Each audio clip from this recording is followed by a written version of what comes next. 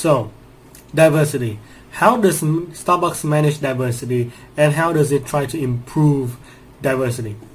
Well, Starbucks has tried to improve diversity and be respectful for it by creating a number of diversity programs to create business relationship to women's and minority-owned suppliers, as well as support partners network by creating programs that involves people with disability to be a part of the driving company. It also strives to be a great community activist by providing place for people to unite and support the neighborhood financially. Question 14. With almost 150,000 partners worldwide, what kind of challenges does it face in front of diversity values? Well, it tries to maintain programs in every Starbucks around the world. It tries to minimize any diversity difference the employees may have by trying to, while promote diversity, also keep it from being a source of conflict. It also tries to be strict in order to ensure that every employee of Starbucks is a role model. That is how it manages diversity. On to question 15. Starbucks defined diversity on the website in a formal equation, and I think the definition hits the nail on the head. It's what is necessary when it comes to diversity. You need to be inclusive in order to include everyone in order to be truly diverse. But you also need to be you also need equity.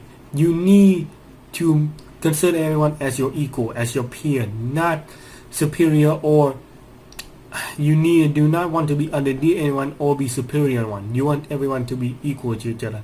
And finally, accessibility is it creates an ease for customers and friends alike to obtain the product as well as work for you and work with you. Now on to question 16.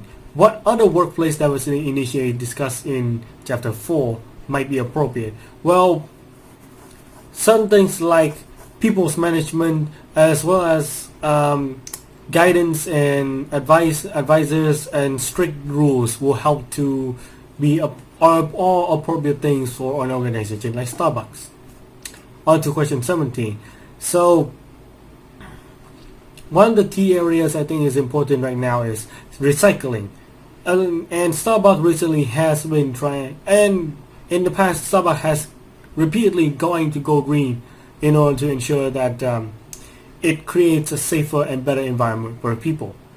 However, even though I like this aspect of Starbucks, it is not a perfect company. And moving on to question 18, although they have promised to try and make all 4 billion sold annual cups recyclable by 2015, it is now currently 2019 and they have not been able to manage even about 5% of their 4 billion cups that is sold annually. As such, they, I believe, have given up on this goal due to financial hindrance or incapability to do it.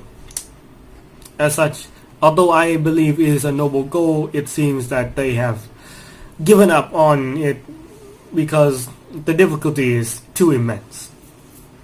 On to question 19.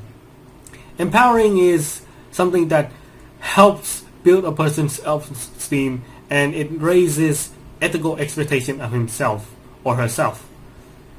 It gives the employees the feeling that they are being trusted, and by giving them that feeling, they are less prone to betray that trust, because it is trust. You do not want to betray the trust of someone else. That is not something anyone wants in the world. As such, it raises their ethical standards to be better. To question 20, I wonder, one of the aspects I believe is probably one of the best parts of their standards of business conduct is their wages and hour rules. In here, they specify that regardless of what you do, you should not do off the clock in order to work. You should not stay off the clock in order to work. No matter what, do what is necessary of you. Do not overdo it. And I believe that is something that is very good of a company, because I believe that is something that is very useful and helpful because it shows belief and sincerity, and it shows equality. It shows that they value their employees, they value their partners, and that is something I like. And I also believe that overall the document itself is very nice and very clear in their expectations and what they believe is right and how they believe they can deliver better value to people. As for question 21, as I said, it's a way to empower employees. It gives the employees the belief that they're not just employees. They are partners. It is an equal relationship. This shows that they not only believe that their employees are powerful people, but they also believe their employees to be equal beings to one another. Doesn't matter who you are, you're all partners for us. You're partners to us. And that is why I believe it is truly important. It truly matters what name you're using for your employees. Now question 22. I believe as a store manager, I would try to keep my employees stress-free by rooting for them, by trying to work as hard as them and showing the fact is I'm thankful for their hard work and dedication, and try to help them whenever I can, and maybe buy them lunch once in a while in order to help improve their spirit and as well to get to know them better. That is how I believe I could handle their stress. Now on to question 23. I would definitely say for a long time it was White Rabbit Waters, but recently with its change in policy and its dedication to improving their employees' work condition as well as improving themselves, I believe it has changed into a more calm waters type of environment. Now number 24, I would definitely say that the environment has been rather incredible recently with the steps towards the environment, with the changes to the environment being creating moving bars, moving cafes in order to attract customers, ensuring that they will always have coffee anywhere, anytime, anywhere. It also creates ways for their employees to interact with customers and try to build more captivating and better relationship. Now on to question 25. It is important because I believe it defines the way they treat their employees. Define the way they treat their employees, the way they treat their customers, the way they go about how to ensure that their name and reputation is good. And I truly believe that because of that is how Starbucks has become a better and greater company than it has ever been before, despite some of its still rather obvious flaws. That's all for part 2 of management practices. Hello, I'm Long. Welcome to part 3 management practice. So let's move to the first question. Make a list of Starbucks goals. Describe what type of goal each is. Then describe how that stated goal might affect how the following employees do their job. So we will make a list of Starbucks goals first. First, a long-term goal is set to expand 15,000 US stores and 13,000 stores globally. Total net revenue growth of 20% and earnings per share growth between 20 and 25%. Have defined society box cultural menu. So, and then we will describe how the state goal might affect how the following employees do their job. The first one is part-time store employee, a barista in Omaha. The barista is the face of Starbucks. So in order to achieve Starbucks goals, these baristas have to be adequately trained to maintain the highest quality possible in beverage. Quality assurance technician at roasting plant. Coffee beans need to be inspected throughout the roasting process. The smell and color have to be according to the Starbucks standards. In order to achieve state goals above, production will increase and quality may not stay uniform, which is why these technicians will have to pay special attention.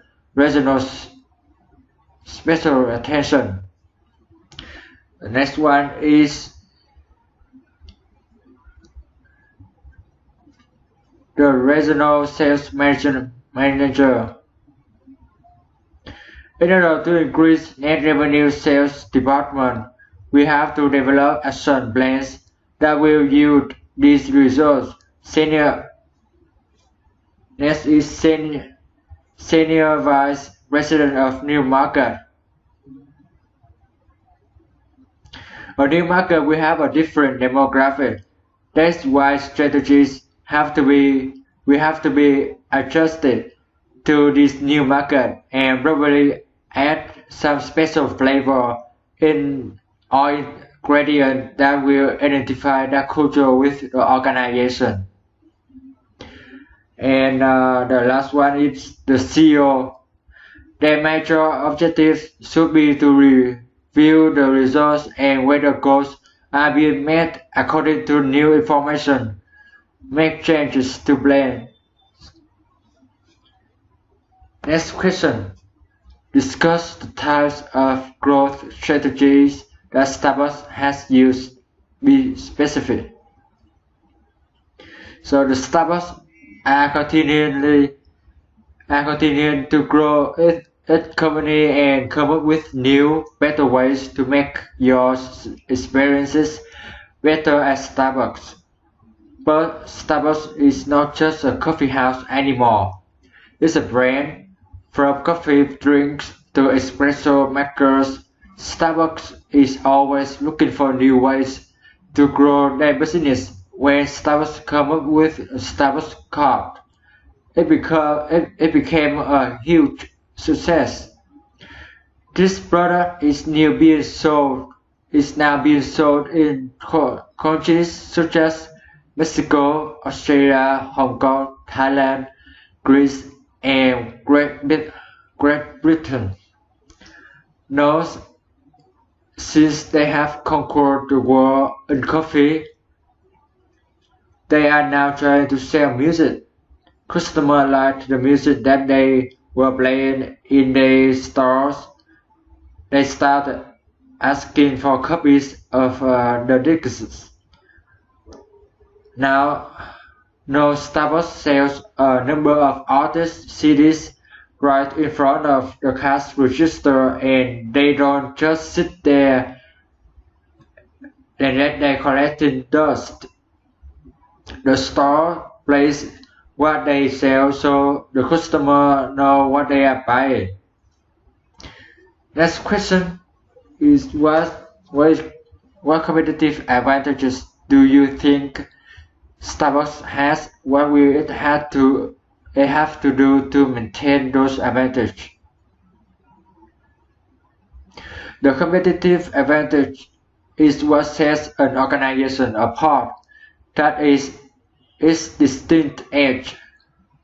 Starbucks has created a cultural phenomenon, and that explains why millions of customers buy overpriced coffee every day. Starbucks has found a way to appeal to every customer demographic, creating customer loyalty. Having conquered the coffee business, Starbucks will continue to grow worldwide and will maintain their competitive advantage just by giving the customer a product and the service they want before they even know they wanted it. Question number 4. Do you think the Starbucks brand can become too saturated, that is extended to too many different products? Why or why not? No, because if it extended to too many different products, there is not enough resource for the coffee to keep its competitive advantages. Then it will lose its market. Finally, it will lose the main part of the sales revenue, and for other products, there didn't exist a market for Starbucks yet. So Starbucks may not get many revenues by selling those products. Extending to too many different products only can decrease Starbucks revenues and then go bankrupt. Question number 5. What companies might be good benchmarks for Starbucks, and why? What companies might want to be benchmark Starbucks? Why? The company which could be good benchmark for Starbucks could be General Electric, Microsoft, and Marriott International. This company can use Starbucks because of its excellence in various areas like customer service, globalization, and unit production. Moreover, the practice to be followed can be decided on the basis of their organizational goal and analysis. Next, question number 6. Describe how the following Starbucks managers might use forecasting, budgeting, and scheduling. Be specific. Well,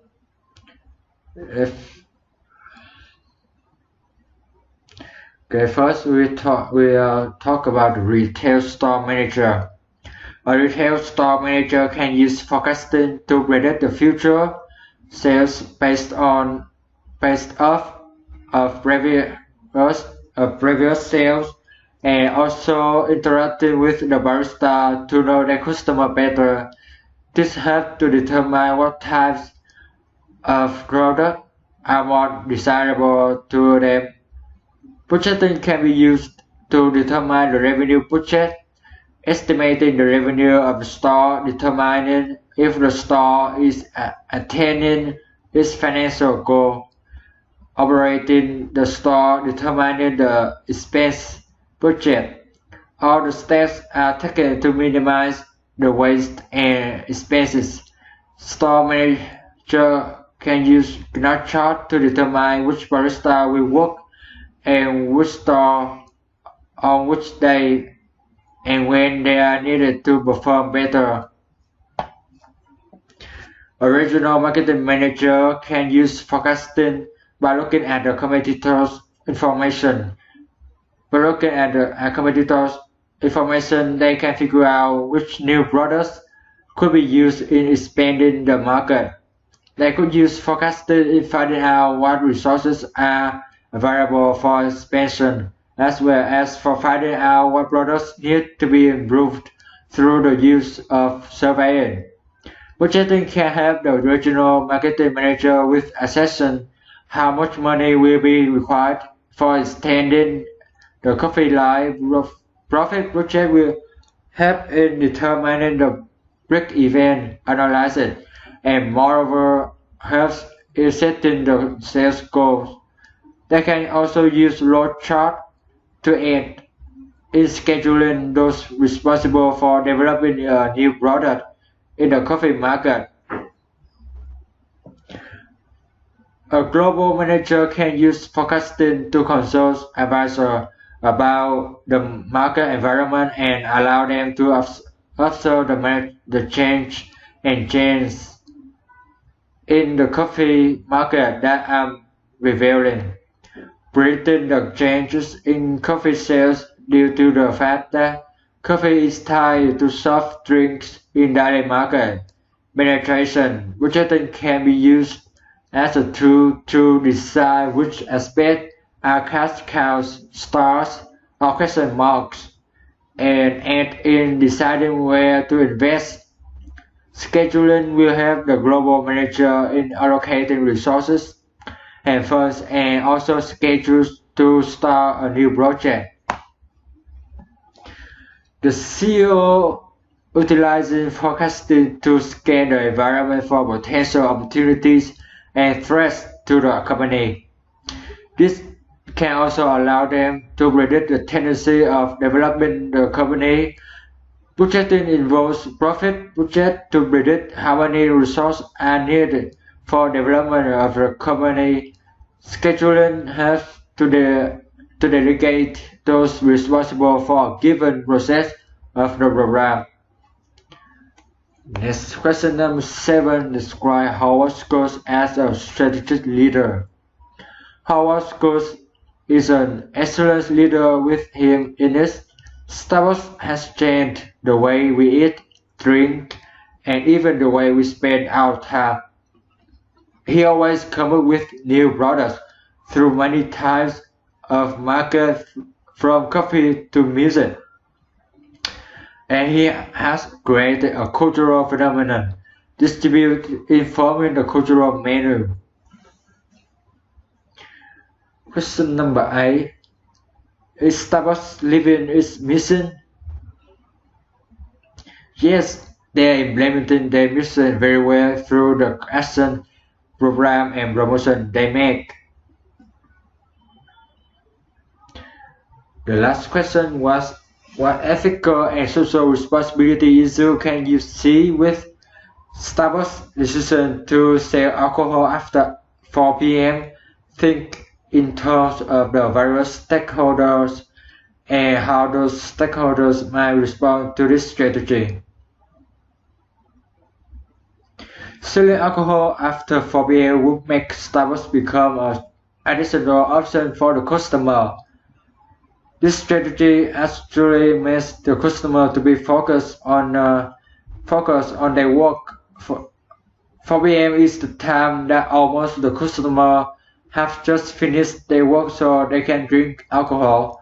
But for those who work in the night shift, this strategy is not really effective due to the customer who work in night shift can have alcohol before they go to work. As a stakeholder, I prefer not selling alcohol in order to keep the image coffee house in the customer's perception. That's all my part.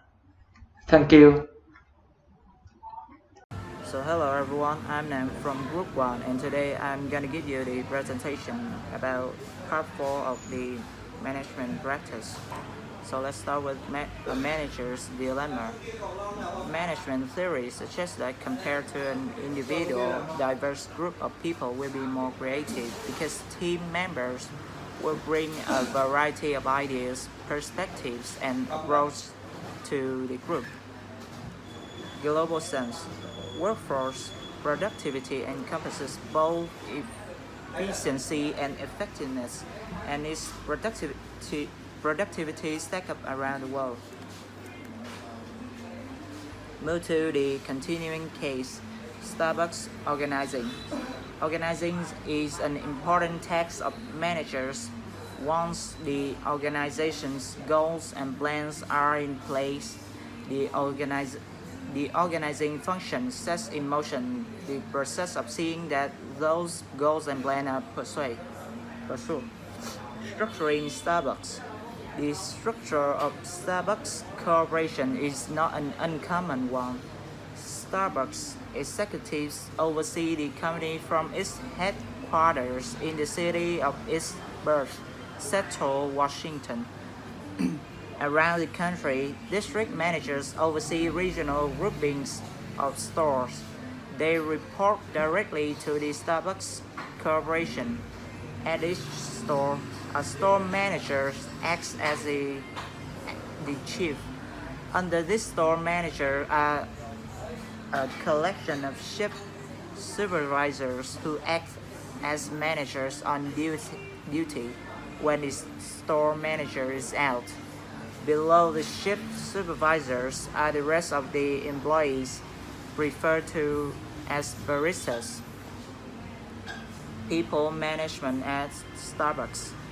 Human resource management, or the process of finding, developing, and keeping the right people to form a qualified workforce, is one of the most difficult and important of all management tasks. On the other hand, there are activities undertaken to attract, develop, and maintain an effective workforce within an organization. As the world well-known company, Starbucks, which have their amazing individual human resource management in their theory. With the development of society, the individual human resource management theory has been bringing a lot of benefit for company development. So let's discuss some questions. Question number 1. What types of departmentalization are being used? And explain your choice. Retail expert. Retailing is the last stage of any economic activity when you sell the product or service to the end consumer. Administrative. The people involved in the process of activity of running a business or an organization. Manufacturing, the process of converting any kind of materials, components, or parts into finished goods that meet a customer's expectations. And this is the product that Starbucks produce and sell. Last departmentalization is sales and marketing. The activities involved in selling and promoting an organization's goods or service. Question number 2. Do you think it's a good idea to have a president for the US division and for the other international divisions? What are the advantages of such an arrangement and disadvantages? So I think for international divisions there should be one president. This would globalize all the divisions and would help them to be on the same page and would be all together. The advantages of this would be better coordination. They would also manage better to achieve better results. By having division of responsibilities, the people will work better and would have a positive impact on the operations. The disadvantages are that it is harder to see how the standards countrywide as there are more than one president. More organization and coordination is needed to monitor this much area. By having the two presidents, there can be a conflict with decision making to many ideas. If the two don't have the organization and coordination, can lower the standards of Starbucks. Question number 3. What examples of the 6 organizational structural elements do you see discussed in the case and describe it? So the first organizational structural elements is human resource management. It is the management of an organization's workforce or human resource. It is responsible for the attraction, selection, training, assessment, and rewarding of employees, while also overseeing organizational leadership and control, and ensuring compliance with the employment and labor laws. Financial management. The planning, directing, monitoring, organizing, and controlling of the monetary resources of an organization. Accounts management. The account manager is a point of contact and provides customer support, upselling, technical assistance, and general relationship management. An account manager may be in charge of a number of smaller accounts or a few larger accounts. Facilities management. It is an interdisciplinary field devoted to the coordination of state infrastructure, people, and organizations, often associated with the administration of office blocks, arenas, schools, convention centers, shopping complexes, hospitals, hotels, and etc. The fifth is sales management. The sales manager is the person responsible for leading and guiding a team of salespeople. A sales manager's tasks often including assigning sales territories, setting quotas, mentoring the members of her sales team, assigning sales training, building a sales plan, and hiring or firing. Salespeople supply sales managers. The main goal within supply management are to control the costs, efficiently allocate resources, and gather information to be used in strategic business decisions. Question number 4. Considering the expense associated with having more managers, and what are some reasons why you think Starbucks decided to decrease the number of stores each district manager was responsible for, thus increasing the number of managers needed? Other than the expense, can you think of any disadvantage to this decision? So I think Starbucks decided to decrease the number of stores, and it would make the work more manageable. The other disadvantages that Starbucks have to deal with is the human element. They would have to put more belief on their new managers and hope that they are doing fine. So that is the end of my part, and thank you for listening.